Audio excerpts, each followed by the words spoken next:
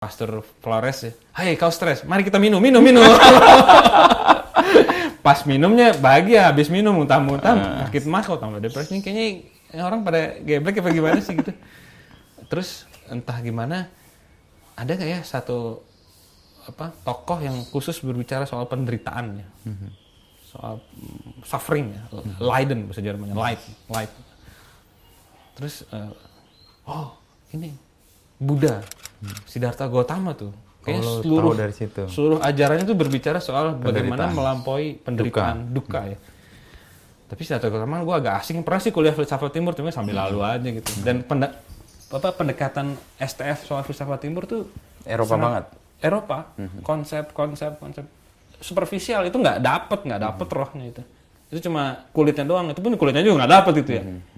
Itu seperti lu pengen makan nasi goreng, lu belajar menunya.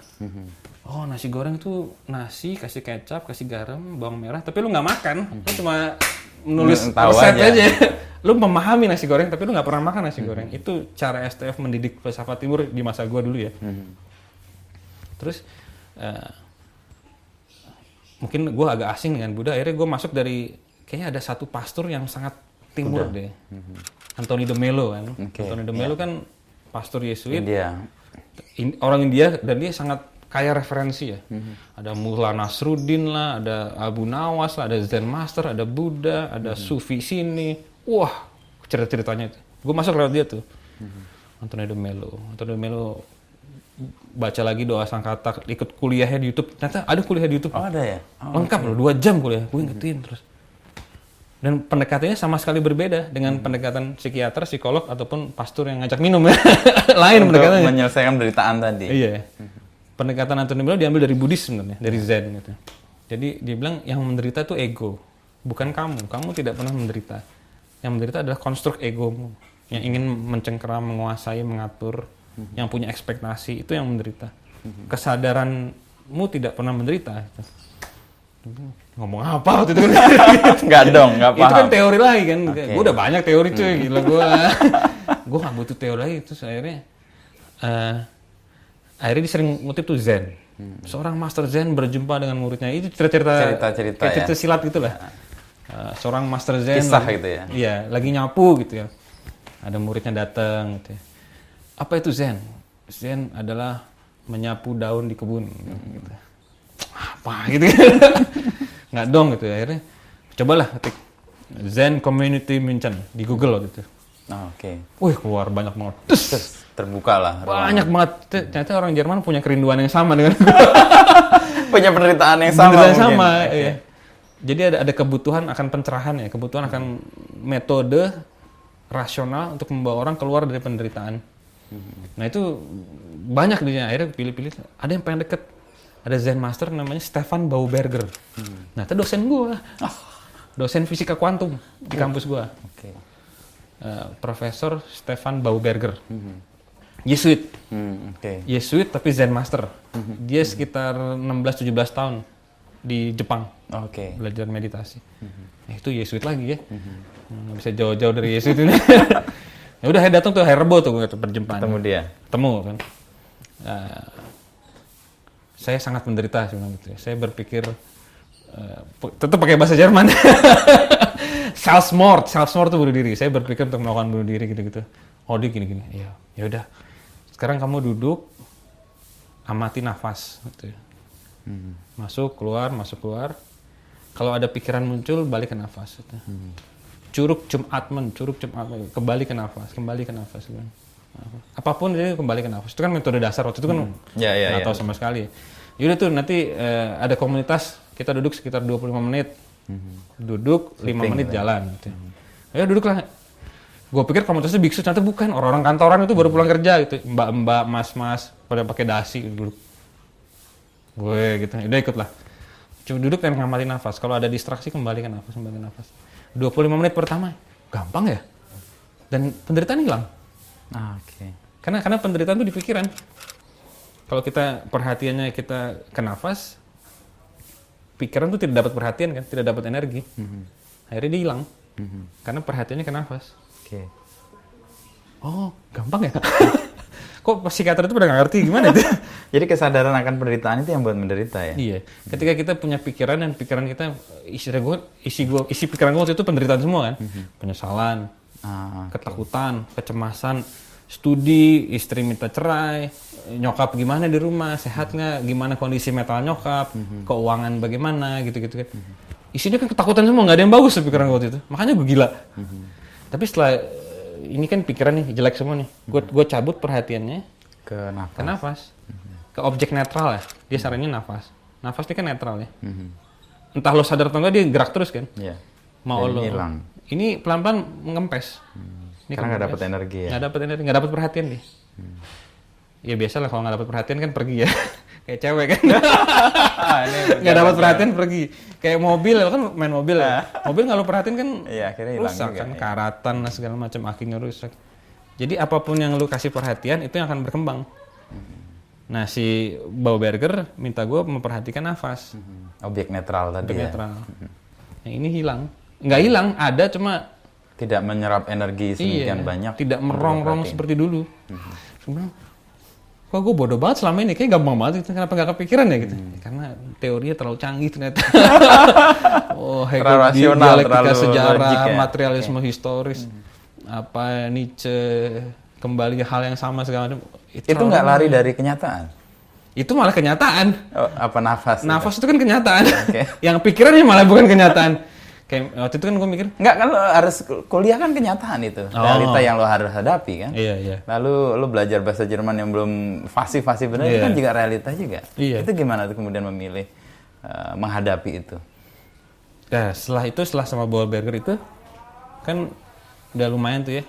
Ini mengempes, dan gue rutin tuh akhirnya. Oke. Seminggu 2 kali. Dan gue ikut komunitas lain, namanya Tergar.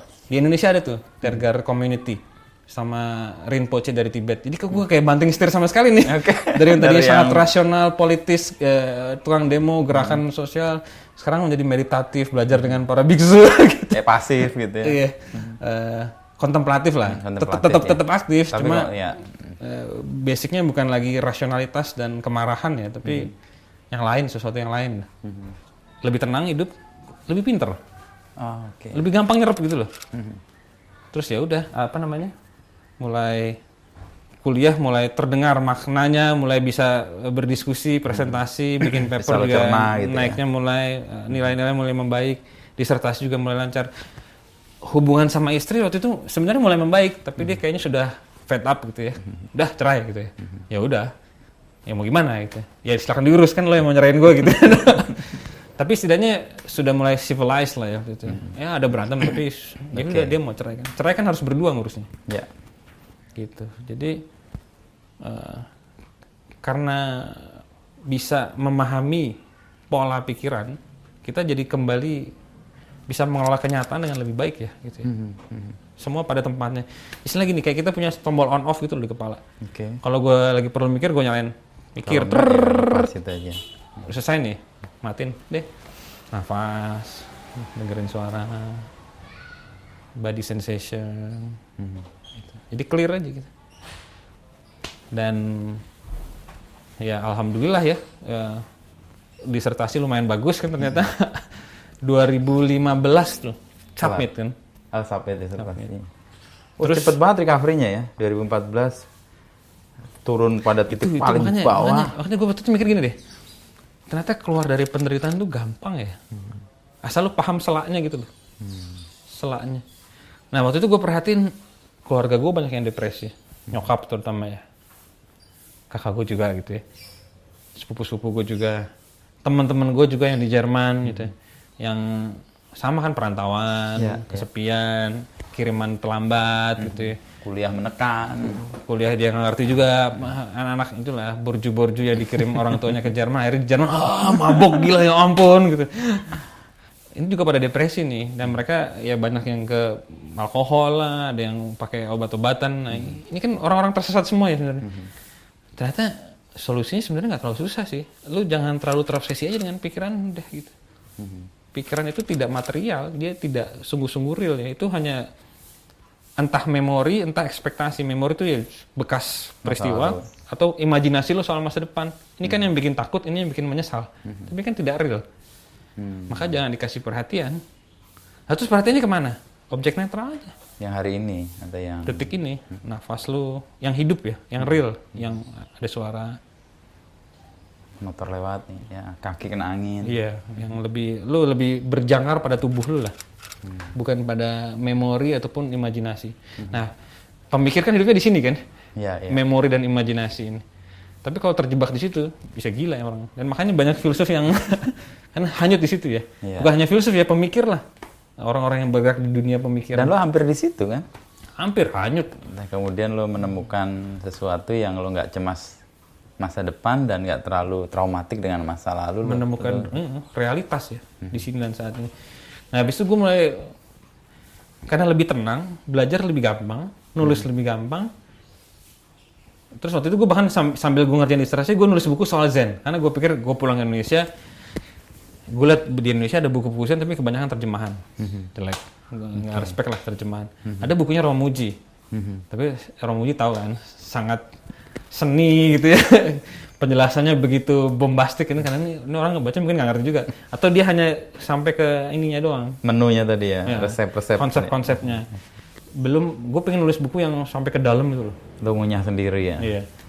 Dan gue pengen bikin buku yang komprehensif ya, dari sejarahnya, prakteknya gitu ya. Karena melalui itu sendiri kan. Iya. Dan karena gue pikir ini bisa membantu orang, minimal membantu mak gue lah gitu. Pulang nih, mak baca gitu lah. Akhirnya bantu emak lo nggak? Akhirnya kebantu terakhir. Kan setelah gue pulang kan nyokap gue juga masih, nyokap gue kan memang banyak ini ya. Pikiran. Kayaknya memang keluarga gue deh. Kutukan keluarga gue kali ya. Kita tuh pikirannya jelek-jelek gitu loh. Kemarahan, kecemasan, penyesalan gitu ya. Jadi memang hidup dalam suasana yang mereka juga tidak menemukan cara untuk keluar dari situ gitu ya. Dan lo Bokap gua kayaknya juga, diutus gitu. untuk menemukan cara ini Wush, untuk diutus, membawa kabar gembira gitu kan. Itu yang kemudian membuat lo switch ya dari filsafat barat, teori kritis dan sebagainya, Iya, kemudian karena sekarang gua merasa menekuni ini- Zen dan Ini cuma kulit ya. Ini menata masyarakat. Kalau kita bisa menata batin kita, masyarakat tuh kan tertata dengan sendirinya gitu ya. Ini karena masyarakat itu cerminan batin orang-orang yang hidup di dalamnya gitu.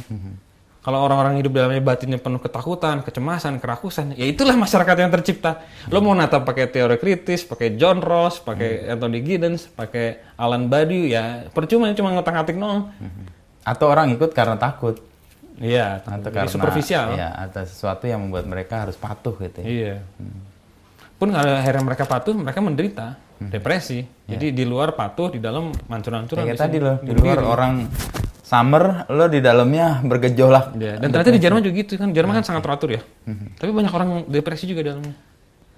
Makanya komunitas di mana-mana, komunitas meditasi itu di mana-mana, berjamur di mana-mana, sumpah di mana-mana. Jadi gue tuh kan ikut meditasi. Hari ini di apartemennya si A. Minggu depan apartemennya si C ya gitu. Karena Mobile gitu. ada kerinduan untuk menemukan Iya. rilis atas penderitaannya itu kan. Iya. Dan itu satu komunitas tuh. Belum komunitas lain. Jadi gue tuh keliling ke rumah-rumah orang Jerman, apartemen-apartemen. Karena mereka nggak punya hall khusus gitu kan. Mahal juga nyewanya kan. Akhirnya mereka dari rumah ke rumah aja. Kayak gini lah kita tikeran. Gitu berlima, Terus bertujuh. sharing. Oke selesai minggu depan di rumah sono ya gitu ya. Kalau dia terus kan kasihan. Logistik coy gitu ya. Pindah ke sana gitu. Pakai Google Maps naik sepeda jalan tuh. Jadi pagi sampai siang ngerjain disertasi gitu. Malam meditasi. Bermeditasi. Gitu. Dan itu lain ya, cara gue menjadi orang yang sama sekali berbeda ya. Bahkan gue membedakan hidup gue sekarang, pra-zen dan post-zen ya. Oh, Ini dua 2015 reza yang berbeda ini. dan setelah 2015. 14 ya, oke. Itu benar-benar berbeda. Gue kalau baca tulisan gue sebelum 2015, Ketawa sendiri. ini banget, STF banget ya. Begitu 2014 saya agak lain lah, agak masuk ke ranah spiritual gitu ya, lebih menyentuh wisdom gitu ya. Bukan lagi berteriak-teriak soal keadilan gitu ya. Terus ya ini jadi lancar semua ya. Mutu kehidupan meningkat ya. Oke. Jadi jauh lebih bahagia, lebih tenang dan lebih cerdas juga. Cum laude gue lulus. Gila dari yang tadinya terkapar-kapar nggak ngerti apa-apa, kalau bisa cum laude itu kan kampret banget, hampir tidak mungkin terjadi gitu.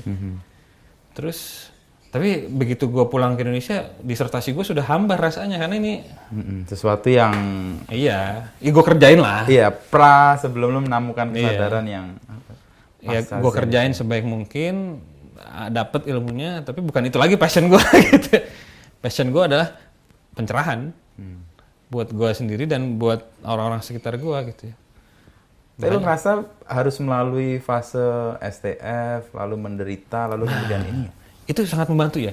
Di STF tuh gue diajarin berpikir rasional, kritis, sistematis, dan logis. Itu membantu gue mencerna tradisi spiritual ini. Jadi gue nggak kayak dukun gitu loh. Karena orang kalau masuk ke dunia spiritual tidak dengan bekal ini. Jadi kayak dukun, Jadi kayak dukun, tahayul, dan akhirnya jadi sakti. Wah, bisa melihat masa depan. Bisa mana garis tangan lu lah gitu. Jadi kayak gitu-gitu tuh yang klinik-klinik nggak jelas itu. Tapi karena gue punya background STF, gue langsung curiga nih gitu. Ini kayaknya hoax nih. Ini kayaknya palsu nih. Jadi gue bisa membedakan ya, membuat pembedaan roh ya. Gitu. Bisa membuat pembedaan. Ini mitos, ini bisa gue ambil nih. Itu sangat membantu. Jadi memang kayaknya dasar dari STF itu memilah-milah ya. Iya.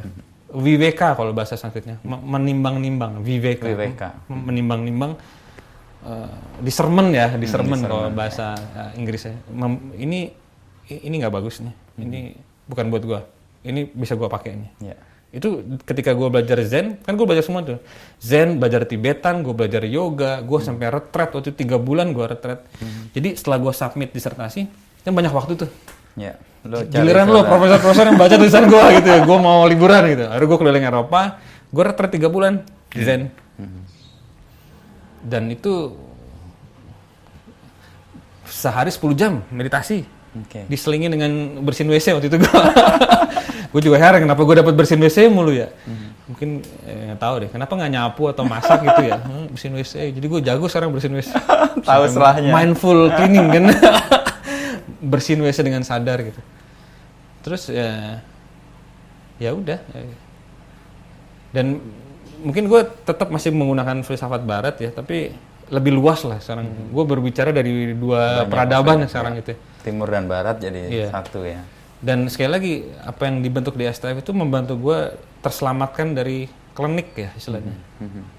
Kan ya itu tadi seperti gue bilang. Banyak sekali memang jebakan-jebakan ke arah klinik gitu ya. Wah, ini kalau bertapa di kuburan sini, wah, nanti bisa dapat tiba-tiba saldonya berubah gitu kan. Ada loh beneran itu. Saldonya berubah beneran. Jadi lo bikin transaksi sama raksasa apa gitu-gitu ya. Itu bukan buat gua gitu ya. Yang gua mau pencerahan dan bagaimana itu bisa dibagikan ke orang lain gitu aja. Dan teman-teman yang nggak punya dasar berpikir tadi rasional, kritis, sistematis mungkin akan masuk ke situ dan tersesat ya. Itu kan kayak rimba juga. Jadi kalau lihat perjalanan sebenarnya tahapan untuk lo menemukan penderitaan itu dibantu dengan proses untuk memilah-milah tadi ya. Lalu dari situ lo akan mencari sesuatu meskipun pada masa ketika lo menghadapi lo bingung juga setengah mati ya. Kalau sekarang dipikir kelihatannya begitu ya. Kalau dulu mah hancur-hancuran. Sekarang kelihatannya ada skema gitu kan. Oh gitu ya, karena kita udah lewatin ya. Tapi ya apa, kalau dulu mah bonek aja kan gitu. Apalah pokoknya set gitu. Nah terus udah tuh sampai Indonesia, udah tuh wah buat disertasi soal ingatan kolektif, tapi passion gue udah nggak di situ, udah hambar rasanya gitu. Makanya waktu itu disuruh nerjemahin kan, terjemahin disertasinya.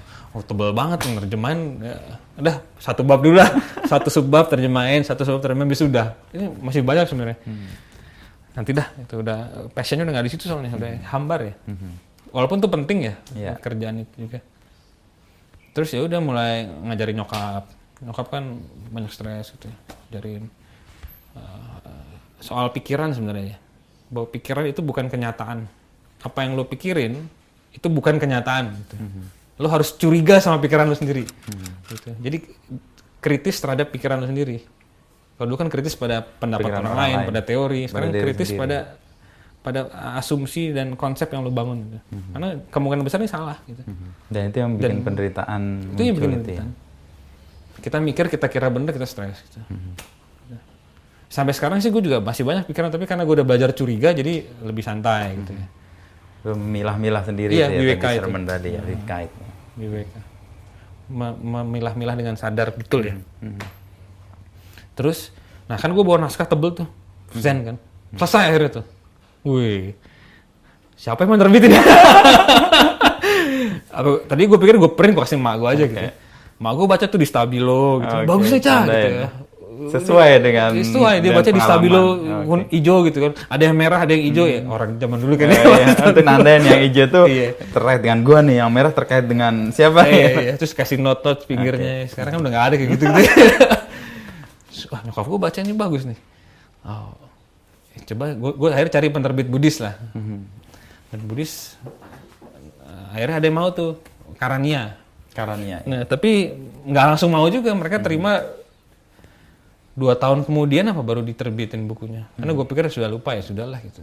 Ternyata mereka kontak. Iya, mereka kontak. Dan ternyata bukunya itu disunting sama Bante Biksu, Bante Nyana Badra. Itu juga orang asik nanti. Kalau ajak ngobrol deh di kompas.com. Dia lagi di Thailand sekarang. Itu orang bagus tuh. Jadi dia biksu, dilatih dalam pendidikan klasik Buddhis, tapi orangnya sangat worldly. Dia punya laptop, dia punya blog, dia punya sosial media, dia punya kanal YouTube, gaul gitu. Dan kalau ngobrol sama dia pasti dia minum teh. Wah, biksu banget lah gitu. Dan orangnya asik gitu. Gue berapa kali nelfon dia, Bante mau diskusi gitu. Ya telepon aja gitu. Diskusi kita. Mungkin karena gue bukan Buddhis kali ya. Kalau Buddhis kan lihat biksu kan, lo biasa aja. Sudah ada apa auranya atau kalau gue ketemu biksu gue pengen nanya gimana nih ini kalau metode ini gimana, ini gimana ini gitu. Jadi kayak dan dia juga senang kayaknya jadi belajar diskusi gitu ya. Dia nyunting buku lo itu akhirnya. Dia nyunting buku gue. Judulnya apa? Zen. Tadi itu buku tuh kan satu kan, tebel. Sama penganannya bilang ini susah jualnya nih, kalau tebel-tebelnya kita bagi 2 aja ya, dibikin 2 tuh. Yang pertama tuh dengarkanlah pandangan hidup. Gue lupa judulnya. Jalan Pembebasan dan Pandangan Hidup Timur apa gitu lah. Warnanya biru. Satu lagi Mencari ke Dalam. Zen dan Hidup yang Meditatif. Itu gue rasa buku sistematik komprehensif tentang Zen di Indonesia deh. Ada Romo Muji. Bikin ya tadi. Ada komik-komik ya. Tapi ya komik dan Romo Muji kan tipis bukunya, pecahan-pecahan pengantar gitu loh. Tapi yang mendalam ya baru 2 itu, terus terbitin akhirnya makanannya gitu. Dan lu malah banyak dikenal karena itu ya? Nah, gue juga heran gitu. Tapi walaupun gue juga senang sih, karena gue rasa itu yang lebih dibutuhkan orang di zaman ini ya. Pencerahan yang membuat mereka keluar dari penderitaan, lalu mereka bisa nolong orang lain. Karena kalau lo menderita, lo gimana bisa nolong orang lain? Lo sibuk dengan penderitaan lo, malah lo bagian susah malah kan. Kiri kanan. Mending bikin susah keluarga, lu bikin susah masyarakat akhirnya ya.